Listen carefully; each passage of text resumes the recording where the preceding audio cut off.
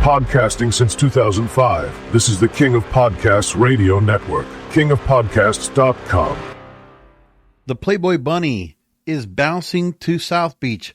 Are they going to want to go ahead and bump around in a Bop House?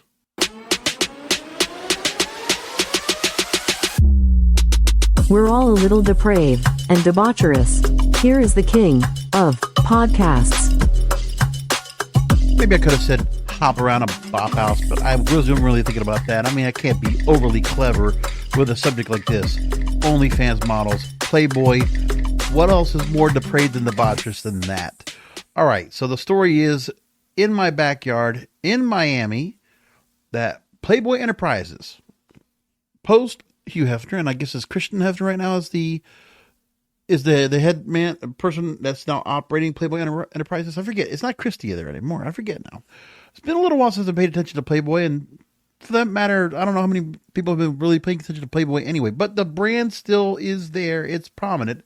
They're leaving Los Angeles for Miami Beach because the CEO is calling California anti-business. Now, this is from the LA Times. And this is from a couple days ago that there have been many companies leaving California to go somewhere where it's more business friendly.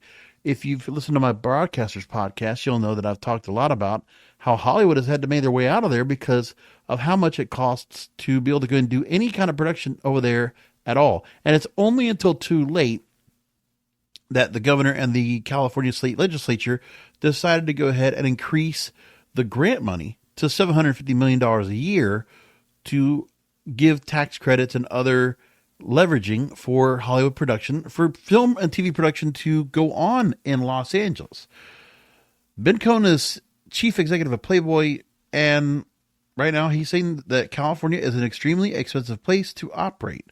So they're going to move to Miami Beach, which has been found to deal with, very pro-business, and that's the plan they're going to go with. So this brand that has been synonymous with California and Hollywood and Beverly Hills, the Playboy Mansion, in 1953 by the late Hugh Hefner, they're going to be going to a new luxury office building, which is the Rivani in Miami Beach. And previously, it's been running out of an office in Wilshire Boulevard in Westwood. And by next year, all of Playboy's operations will be moving over. The other thing that's going to be going on with Playboy is they're going to be creating plans for a new Playboy club with a restaurant and members-only space, as well as multimedia content studios to support the company's creator network and licensing business. Now, developer Robert Rivani has invested over $100 million in the commercial complex, featuring wellness facilities, restaurants, and meeting spaces. So they're going to the Rivani building in Miami Beach. And I haven't looked exactly as to where it is located. But let me give you a little bit of background as to what this new headquarters are. So first of all,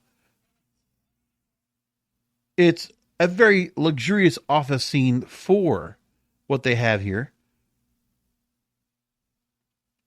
Robert Rivani is the president of Black Lions, Visionary Real Estate and Hospitality. Originally bought the property at $62.5 million and added an additional $50 million earmarked for reimagining the property.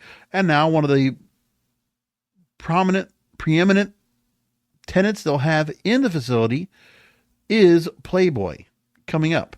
It is located at 1691 Michigan Avenue in the heart of Miami Beach, adjacent to the Sunset Harbor and Lincoln Road.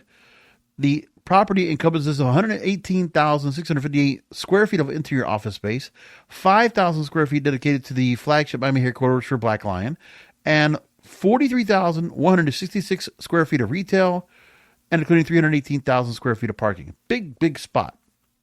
Right near Sunset Harbor and Lincoln Road. It's in prime location. So Playboy moving into the property and moving in here with the Playboy Club. I mean, it's the more of the, I wouldn't say portification, basically, but there's a lot that's changing with Miami itself. We know that New York, I mean, there's the Ken Griffins and the Stephen Rosses of the world that are building like crazy condos and, you know, different real estate down here in the first place. But there's something about this aspect of really the sexual aspect Not so much porn anymore, because porn is not necessarily the suggested term anymore. It's really just content creation, adult content creation. So porn is being reimagined. That's basically what it is. We now have these content creators that are now being recruited as the new models for porn. But imagine if Playboy decides now to get into the hub where OnlyFans is playing here. Okay, the Bop House is very popular and preeminent with, and it is identifiable with Miami. Think about what they're trying to do now to bring themselves there. And what a great way to go ahead and reestablish the intellectual property of Playboy. Bring that brand back up to another level. Because they're not in the recruiting process so much as I can think of with what they're doing now. I mean, I'll be honest with you, I've not looked at what Playboy has done in a while. I mean, I lost a lot of interest in it because we didn't hear much. Now, don't get me wrong. They are still very much in the game when it comes to what they're doing. Okay. Let's make that point clear. They still have lots of merchandise they're pushing out there. They do have, original internet content that they have as well for themselves. But other than that, they're just moving along. The magazines are still present when it comes to the rest of the world. I mean, they still do put out magazines for other countries, but not so much here. But here you have video content. You do have the magazine archive. There's things that you have in here and some of the normal things that it would have. The website now plays as the magazine used to be. That's what it comes down to. You now have Playboy TV that's there. It's no longer on cable. You have Playboy Plus, among other things. Like if you go look right now online to Playboy.com, they have magazines still they're putting out, but it looks like they're seasonal. They have calendars. They have various other things they're doing as well in terms of the product line. They got products they're selling, apparel, accessories, things like that. They are still out there. And Playboy will still be a brand that can still bring itself back up from the limelight. Because where it was before, in the 60s, 70s, 80s, when Hefner was still alive and still in charge, it's a different time now. And, when the family took over, things kind of just operated differently. Now, LA Times talks more about some of the major exodus of California in particular for them. But just so you know, it's not the first time that Playboy has had a presence in Miami, because this is actually a strategic return back to South Florida. They did operate their second Playboy Club in Miami, opened in 1961, and the Playboy Plaza Hotel in Miami Beach in the 1970s. But they've been hit through a lot of issues when it comes to how they're operating. They're operating at a net loss of $7.7 million in the second quarter of this year.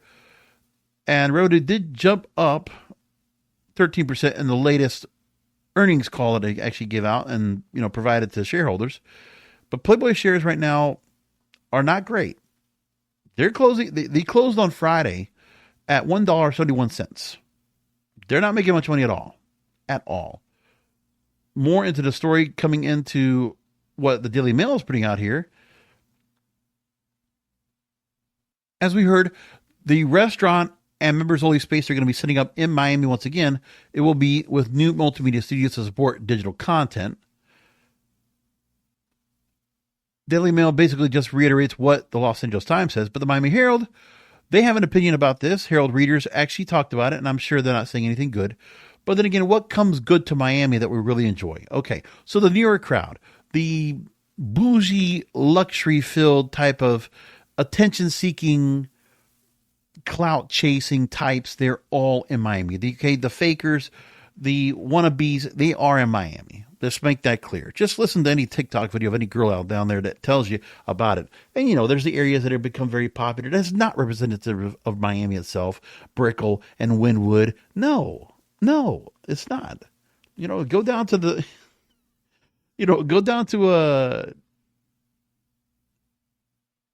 Sweetwater or Hialeah or Miami Lakes or Carroll City or Opelika. That's Miami, okay? You want to go down to Northwest 2nd Avenue? Go down to Cayocho, that's Miami, okay? That's really what it is. Right there by Lone Depot Park, that's Miami, okay? That's really what it is. Now, with this, the city commissioner in Miami, Jose Magazine, what a weird name, he says that the move is game-changing. The city is reimagining our economy and focusing on economic development. So there were comments that were made about this. Recent community budget hearings. There were complaints about the investments that were going on over there. But like I said, people can go ahead and be upset about what they're going to be doing. And one person that got comment was that they said, okay, quote, in these days of seemingly a universal disgust with the likes of Jeffrey Epstein, our civic members feel it is inappropriate. Actually, I should almost do this like somebody that used to go and dine at Wolfie's, okay? In these days of seemingly universal disgust with the likes of Jeffrey Epstein, our civic members feel it is inappropriate and economically desirable for our city to support this business, which panders to wealthy persons behind closed doors. To say it will include a world-class restaurant is to say that Playboy subscribers only read the articles. Shame on Miami Beach. Well, you know what? If you live in South Florida for any particular period of time, you might realize that some of the best steakhouses are in strip clubs. I'm not kidding about that.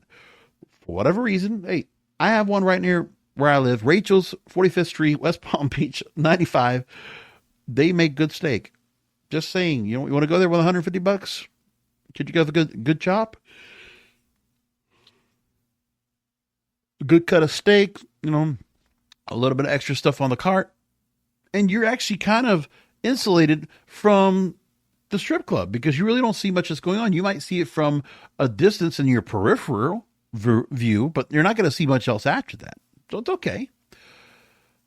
But Playboy coming here, yes, the business opportunities for them is important, but I do think there's something more to this here.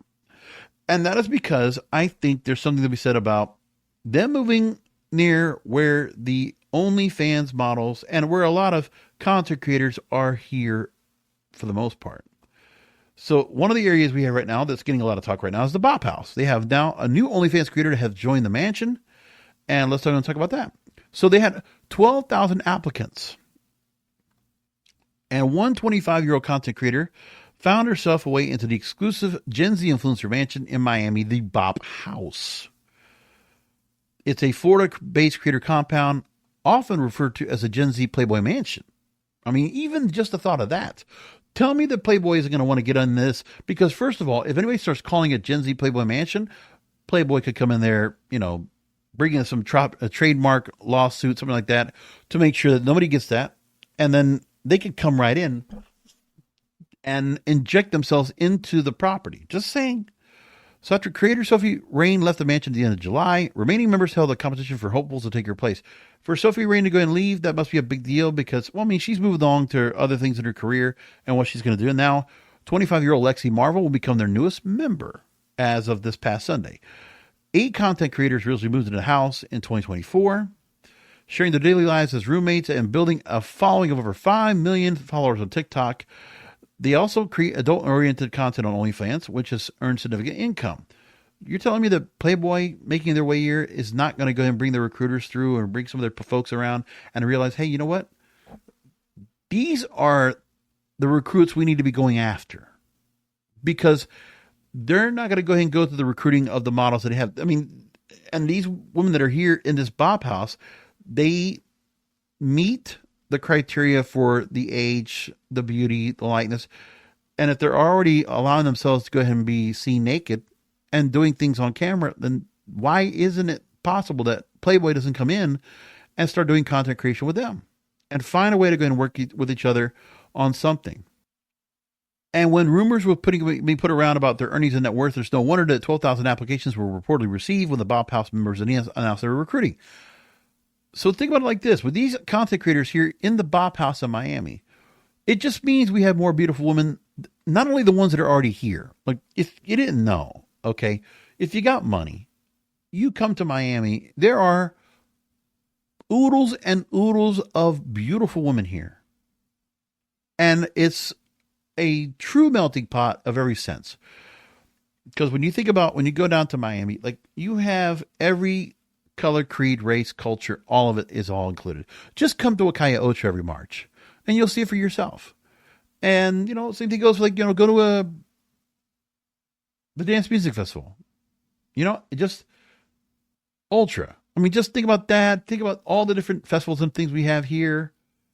Reggae festivals, Rolling Loud. I mean, just so much going on here in the first place.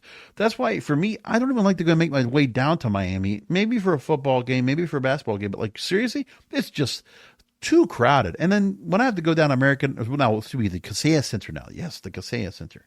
You got to go drive down there. First of all, the traffic is horrible. And now, it's all these crumbling roads they have down this way. It looks like I'm in a third world country when you drive around there. I hate driving 195. I hate driving 395. I hate driving 95 past 199th Street. If you got to make me go into Dade County, especially if you got to make me go over that flyover, I can't stand that thing. I hate it. Plus, the fact you got express lanes down there, and they're all backed up now. It doesn't even matter about express lanes. Because even those can get blocked at certain times. You just don't realize that. Lexi Marvel is originally from Puerto Rico and has built a following of over 2.4 million followers on Instagram. And the Bop House fans had mixed reactions upon hearing the news. And there were some people that were kind of, putting her down, saying, oh, she's Sophie Rain from AliExpress. Temu Sophie Rain. Or Sophie Rain 2.0. But Sophie Rain right now is also making headlines right now for feuding with Little Tay. And she just recently donated $1 million to Mr. Beast's Clean Water Charity. And isn't it amazing, with the content that all these people are doing? Mr. Beast has his own set of things, and he's one of the biggest names out there. And he's able to go ahead and, kind of collaborate with some of these adult content creators. Well, Sophie Rain, I guess, is not, but, you can't help but kind of tie her into that because of all the people that she's with in that Bop House and, the kind of narrative that goes down there. There's the optics. What else are you going to do? There's a little bit of that you got to pay attention to. Another thing that's going on now that's very interesting is the Circle. It's the OnlyFans members club. And there's including a mansion and a content yacht. So here's another thing we have right now. The Circle. It promises top tier models, a Miami-based private playground to network, grow your brands, and shoot content without awkward interruptions. Think yacht parties, luxury dinners, and curated media training, all with fellow OnlyFans A-listers. Applications were seriously selective, a 3 to 6 month wait while your professional rep, social following, earnings are scrutinized. Already in the club, you can recommend a friend, but no guarantees they'll get in. Now, this is coming from the tab.com, and TMZ is reporting that people like Annie Knight, who slept with 580 some odd men. There's more about her to talk about in a moment. Cynthia Jade and Annabelle Acosta are already members. And for those looking at the second invite, a Miami quote-unquote signature experience is coming up featuring yachts, gift boxes, content collabs, and lessons of PR and media exposure. And because of this right here, let's put it like this too. Miami will now become even more of a wannabe central. The idea of women that used to go ahead and make their way to Hollywood, get on the casting couch. That casting couch has moved over to Miami. Okay. It's gotten a little more tropical. So just wait until the springtime when this all gets starting to get set up, right? When Playboy makes their way here. And then you have all the events going on and the tourists and everything going on. Like the real heyday of Miami comes up October through April. That's the tourist season. And everybody comes here. The Europeans come through here, and lots of tourists. Lots and lots of tourists. Oh, international, by the way, too.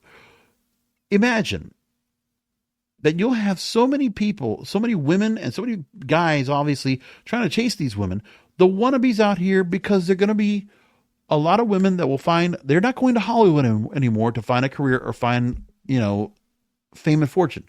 It's not to be in Hollywood, unless you still want to be in movies. But you can still do that probably here. And what's the chance that Miami doesn't get themselves involved with that, or Florida in general?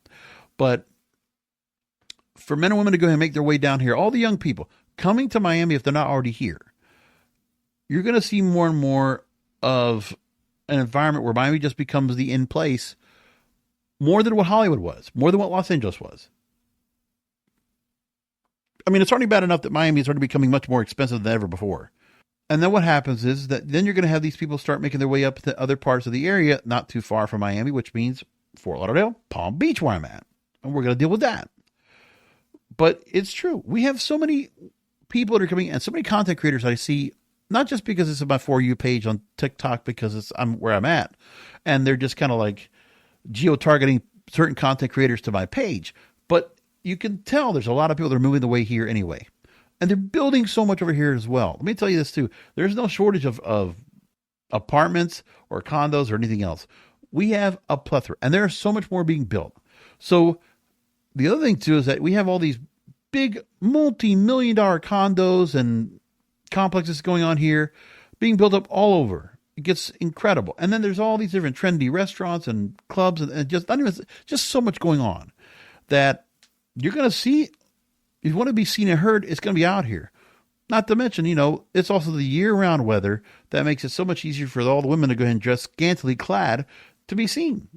And the guys will try to do whatever they can to kind of like themselves a certain way to act like they're a promoter. But now I think the concept of the promoter idea is going to go by the wayside because guys are not going to be promoters so much anymore. Like to think they can get the girls on the yachts or to go to the clubs or bottle service and all this kind of stuff. They're going to have to step up and become talent agents because those promoters that worked as promoters, because that was the end thing to do, I think they're going to have to find their way to become recruiters of talent recruitment and talent agents, and find themselves as managers. Like they're going to have to find their way to kind of work that route to become relevant. Because the other thing too is that with these women that are coming here, they're not necessarily going to the clubs anymore. And that's the thing too. There's a new directive in Miami itself that is talking about the fact that the licensing, I just saw this, from the food and beverage folks on TikTok. There's a guy that talks about food and beverage. And Miami, they're having an issue with music licensing, the clubs. And there's a good chance that, the clubs are not going to go and pay the licensing fees they have to go and pay now to keep operating there. So who are they going to bring there instead? And that's going to become something that's a big deal as well.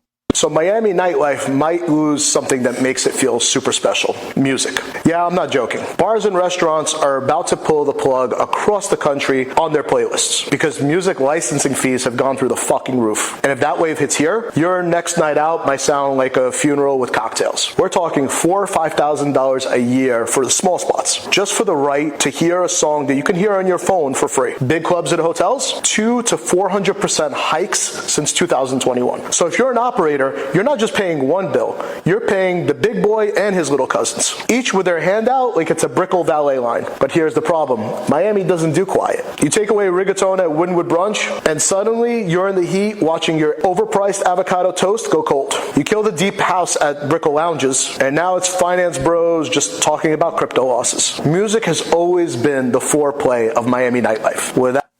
And that's a big problem. Let me tell you, he's not wrong about that. And I also know about this because on my Broadcasters podcast, I'll be talking about the fact that BMI and ASCAP, they were going after music licensing rates with radio stations. So they're trying to make their money. Like the artists, songwriters, they're trying to make their money right now. And the performance royalties rights organizations are trying to go and work on that, the PROs. But again, my Broadcasters podcast will refer to that on Thursday. Now, back to Miami itself. The exposure of these OnlyFans models to go to these kind of parties coming up, it's going to be wild. And just keep in mind that when all this changes, it's like, what comes up next? Because what do these women bring? So much. Okay. When it comes to controversy, when it comes to their content, because one of the things that's even very interesting is that it's almost like that Kardashian factor. That some of these content creators are happy to go ahead and start talking about things where their delusion really gets the best of them. Okay. Now, first of all, Little Tay, who I talked about a couple weeks ago on the program, she is now talking about women over 25 working 9-to-5 jobs are failures.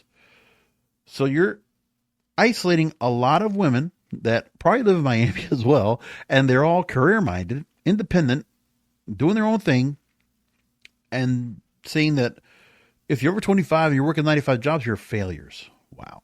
So Lil Tay, influencer, rapper, recent OnlyFans model. All of her content that she has up on her OnlyFans right now was filmed after her birthday. So she claims her family's disowned her. She's been on her own since launching OnlyFans. She says, quote, "They don't talk to me anymore. They don't F with me, but who gives a shit? I can literally buy their whole life if I wanted to." And here's the comments that she made about 25-year-old women. If you're over the age of 25 and you're still working a 9 to 5, you are a failure. Like, by then you should have already made your bag. And ladies, every single one of you should drop the link like me. Like, just literally just make your bag. Who gives a f*** what anybody thinks? Screw your family. My family kicked me out. I got disowned. They don't talk to me anymore. They don't f*** me. But who gives a shit? I can literally buy their whole life if I wanted to. I'm good. Also, fuck education, because Harvard was never going to help me make 8 figures. That's why I dropped out of it, and I dropped the link instead. Now, in that same story I talked about with The Circle, the new Miami-based private playground full of OnlyFans A-listers, one of those, Annie Knight, who apparently found the love of her life. Now, there's a couple of things she talked about that we learned. First of all, there was a story that came out that, first of all, when she got into the whole deal of sleeping with multiple men, the 28-year-old says that she was hit with a big bill after having earned millions from her content. She had to go and pay 592,000 Australian dollars, or 302,000 euros, having earned millions from her content, I guess the taxes. She says she's had an online stalker who was in a different country. Been 3 years of me constantly blocking him on all platforms. He just makes new accounts and contacts me again. This guy reached out to Annie's family and friends, convinced they were in a relationship with each other. And she says she's contacted the police, but he's intentionally protecting himself by remaining overseas. She also talks about her social strategy of only posting photos of herself out and about when she's already scarpered from the location. I've always been pretty safe online in terms of if I go somewhere, let's say if I go out for a drink, I don't post about it until I have left the venue. I always have to think about that. You never know who's going to show up because there are a lot of people who hate me. And she apparently is engaged. So her success is being used to weaponize against her fiancé by remorseless corners of the public. Quote, "I have struggled with the way people speak to my partner and the way that they comment on his posts and stuff like that. Obviously, at times you can have bad experiences and it can be a bit dangerous." And she talks about that there's, quote, "definitely a stigma with women being sexual as opposed to men. I think people accept men as being sexual beings, whereas women are seen as non-sexual beings, which is incorrect." Now, she also talked to Complex and made the point that sleeping with 583 men helped her get closer to her fiance, according to her. Us Weekly she spoke with, but Complex is reporting it here. And her fiance, Henry, she says that they have just amazing communication. Quote, "I think that we have the best communication of anyone ever in the history of the world. In order for it to work the way it does, that's all we need, communication. I am an open book," she says. "I tell him everything. We discuss things. If I have a collab coming up, I tell him about it. Talk about boundaries, and I guess things that he's comfortable with that he's not comfortable with. But in that sense, I think it's brought us closer because our communication is just so much better." Now, they've been engaged since March. The major life event happened before the sex challenge that put a spotlight on Annie Knight. So before when they got engaged, it was before she had the sleep around with 583 guys in 6 hours.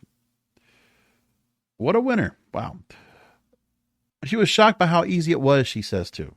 Okay, fine. Wonderful. One last thing I want to talk about before we go and wrap things up. I put out this week, yesterday, to be specific, I put out my interview that I talked to you about the book Primal Dating with Tim Ash. And that book is now available. And you can find it on Amazon, Barnes & Noble, where you find it, or you can go to primaldating.com and go ahead and get a copy for yourself. I'm getting a copy for myself as well. And just keep an eye in mind for that. It's a really good book. You should go and take a look for yourself. And I'll tell you more about it. I'll take some time to go and go through my comments in the book as well on an episode when I definitely need some time to go ahead and just work on some things here. I will do that for you. But the book is from Tim Ash and co-authored with Dr. Lamore Gottlieb. Primal Dating, the Unflinching Evolutionary Psychology Guide to Modern Relationships. Roughly 30 minutes we go through, so much content we get into, but honestly, when we touch upon everything that goes on with the book, you absolutely need to go and find out for yourself how important this book is, more than any other book you have. And this is not a red pill book. It's not one of those other books that you hear out there. It's evolutionary psychology. It's truly a game changer. And I'm telling you, I've read so many books out there, and I could judge and I could criticize a lot of books I read that gave me nothing. Okay.